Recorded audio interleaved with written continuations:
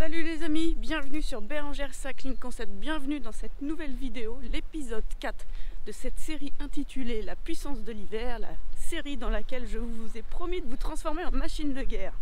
Alors oui, je sais ce que vous êtes en train de vous dire, mais qu'est-ce que t'as foutu pendant tout ce temps entre l'épisode 3 et l'épisode 4? Je sais, je suis désolée, j'ai été trop occupée par ailleurs et du coup j'ai pas pu tourner la vidéo comme je le souhaitais. Finalement là je l'ai même pas préparé aussi bien que je le souhaitais, mais c'est pas grave, on va prendre la caméra ensemble, on va discuter ensemble et du coup aujourd'hui je vais vous parler des zones d'entraînement. Alors ça serait bien que je trouve un petit endroit où me poser pour parler calmement et ne pas avoir trop froid parce qu'il fait un petit peu frais, il y a un petit courant d'air, donc on va essayer de trouver un petit endroit pour se poser.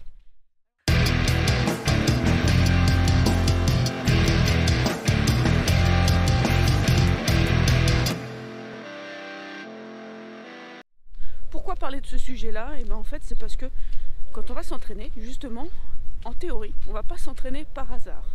On va s'entraîner et il est, pour moi, fondamental d'avoir une bonne connaissance des zones d'entraînement dans lesquelles vous allez réaliser des séances, des sessions, des séries, comme vous nommez-le comme vous le souhaitez. Mais en tout cas, on va définir des zones d'entraînement dans lesquelles on va cibler un travail cardiovasculaire, un travail musculaire. Et en ciblant ce travail-là via les zones, ça permet en fait de progresser et de construire votre plan d'entraînement. Donc pour moi, c'est très important d'avoir une bonne connaissance de ces fameuses zones d'entraînement. Moi, je pense que partir rouler pour rouler, c'est vraiment pas productif pour votre entraînement, pour votre progression. Je pense qu'il y a vraiment, vous pouvez vraiment capitaliser votre temps et votre travail et vos sorties en réalisant en tout cas des séances qui sont un peu plus rationnelles que je sors, j'ai 2 heures, je vais rouler 2 heures. Optimisez votre temps. Vous avez 2 heures, ok, on va travailler telle et telle filière dans la durée impartie. Vous avez 5 heures, tant mieux. On va du coup travailler telle autre filière qui est donc différente de la filière que vous aurez pu travailler sur une sortie de 2 heures. Et donc c'est là où c'est important pour vous de connaître ces fameuses zones d'entraînement. Alors comme je viens déjà de le dire, j'ai pas extrêmement bien préparé cette vidéo là. J'aurais aimé qu'elle soit archi précise, archi détaillée, etc.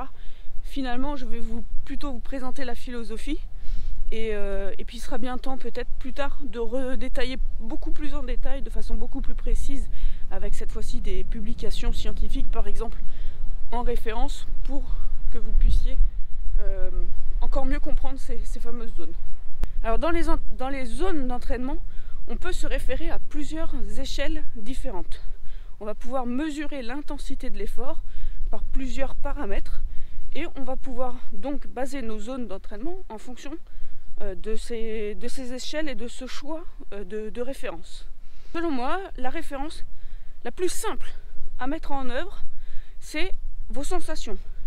Vous pouvez donc établir une échelle, alors ça a été fait par le passé, une échelle qui avait été déterminée de 0 à 12 de perception de l'effort. Donc vous déterminez votre échelle, vous savez que lorsque vous êtes à 1, vous avez tel ressenti, lorsque vous êtes à 4, vous avez tel ressenti, lorsque vous êtes à 10, vous êtes en intensité maximale, enfin quasi maximale, et 12, c'est pas la mort, mais c'est pas loin. Donc voilà, sur cette échelle de ressenti, de perception de l'effort, vous allez pouvoir calibrer vos sessions. Vous vous doutez bien que un effort réalisé à une échelle de sensation à 2, vous allez pouvoir passer beaucoup plus de temps sur votre séance sur une échelle à 2 que sur une échelle à 8, 9. C'est là où vous allez pouvoir raisonner sur vos zones d'entraînement. C'est important de connaître en fonction de chaque perception de l'effort aussi, quelle est la durée de l'effort que vous pouvez associer à cette échelle. Typiquement, si vous me dites, moi je suis capable sur mon échelle de perception de l'effort de rester 2 heures à 10, c'est probablement que votre 10 est mal calibré.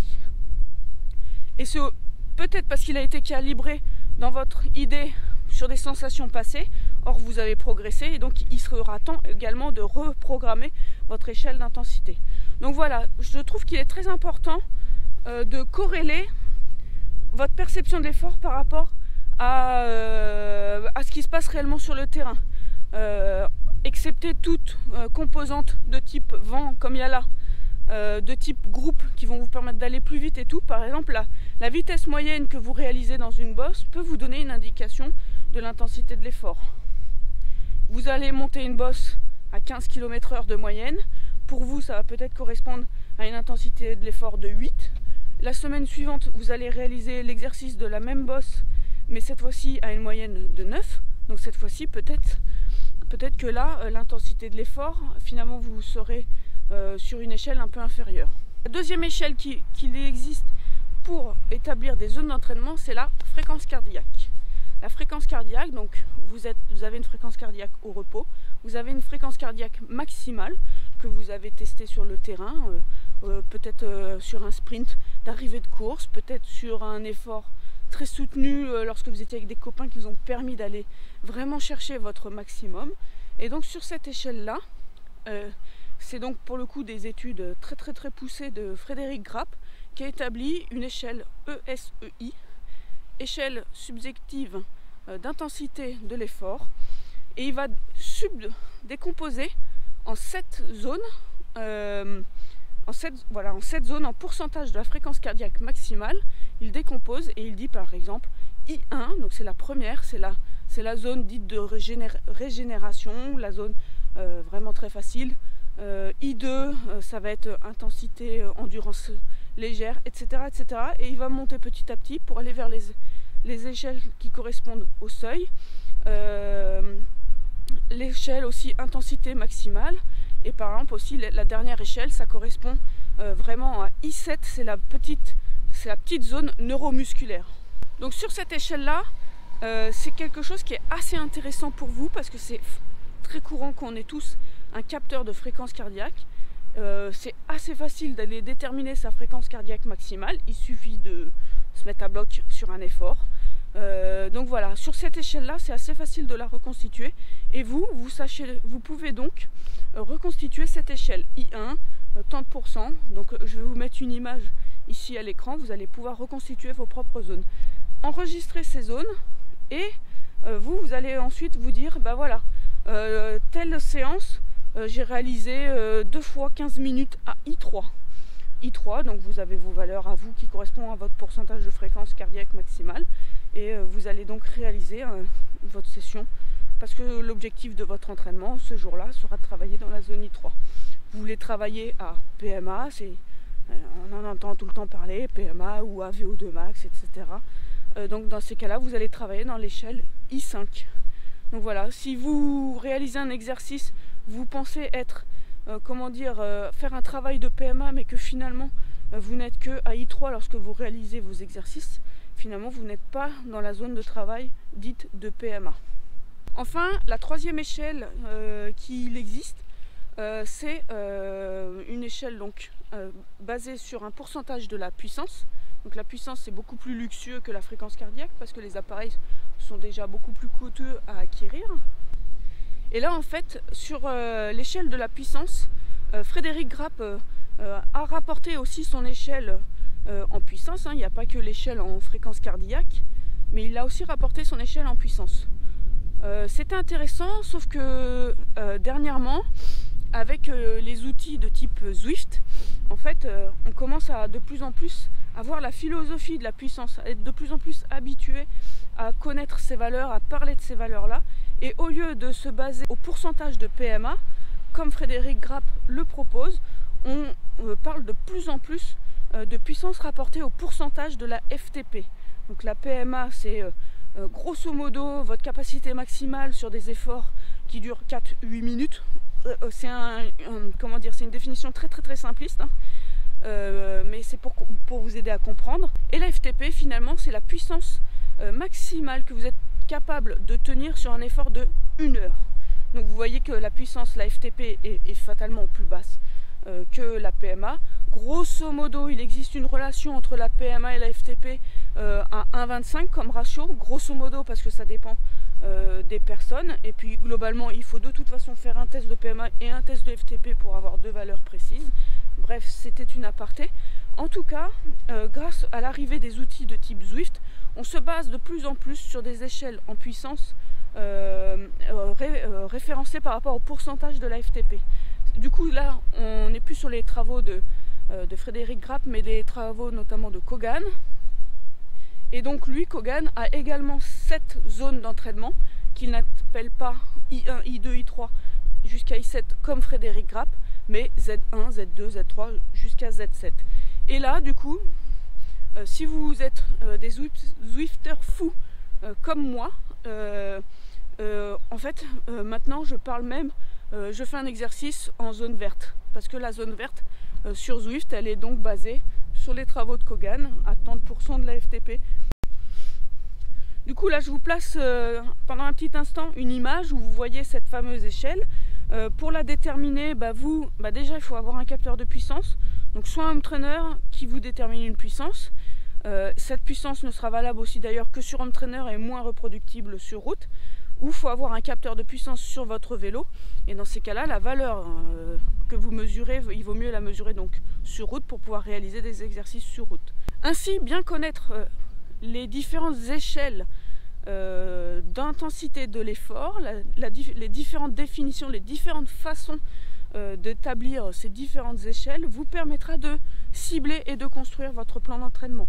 Ne faites pas un plan d'entraînement tout le temps de la même façon. Ne roulez pas tout le temps en I2, puisque maintenant on va parler en zone d'entraînement. Ne roulez pas tout le temps de la même façon. N'allez pas tout le temps dans le même groupe, mardi, jeudi, dimanche, avec les mêmes allures. Parce que ça veut dire que vous travaillez toujours dans les mêmes zones d'entraînement et vous ne travaillez pas toute la filière vous ne travaillez pas toute la plage d'entraînement qui vous permettrait d'augmenter votre potentiel.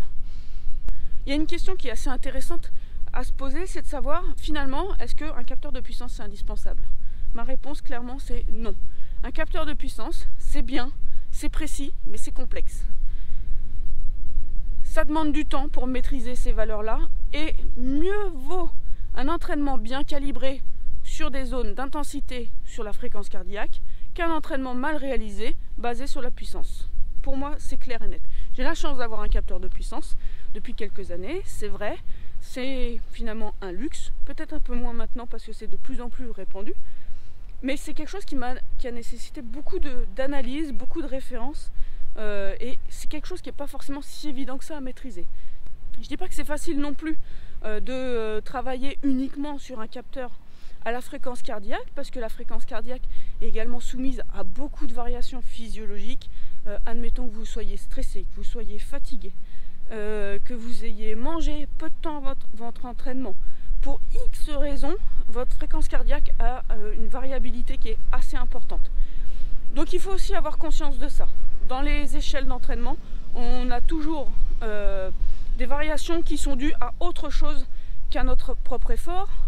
Et c'est là où du coup, que vous entraîniez à la puissance ou à la fréquence cardiaque, c'est important de corréler ce que vous ressentez dans votre corps par rapport à ce que vous ressentez. Donc finalement, la première échelle, celle dont je vous ai parlé au tout début, qui est la perception de l'effort, cette échelle-là est également très très importante. Il y a des entraîneurs qui vont dire « moi j'entraîne qu'à la fréquence cardiaque », d'autres qui vont dire « j'entraîne qu'à la puissance », encore d'autres qui vont dire « moi je mixe puissance et cardio », c'est pour moi une bonne approche, mais je trouve que finalement l'approche la plus puissante, c'est encore celle d'utiliser et la perception de l'effort, et la fréquence cardiaque, et la puissance.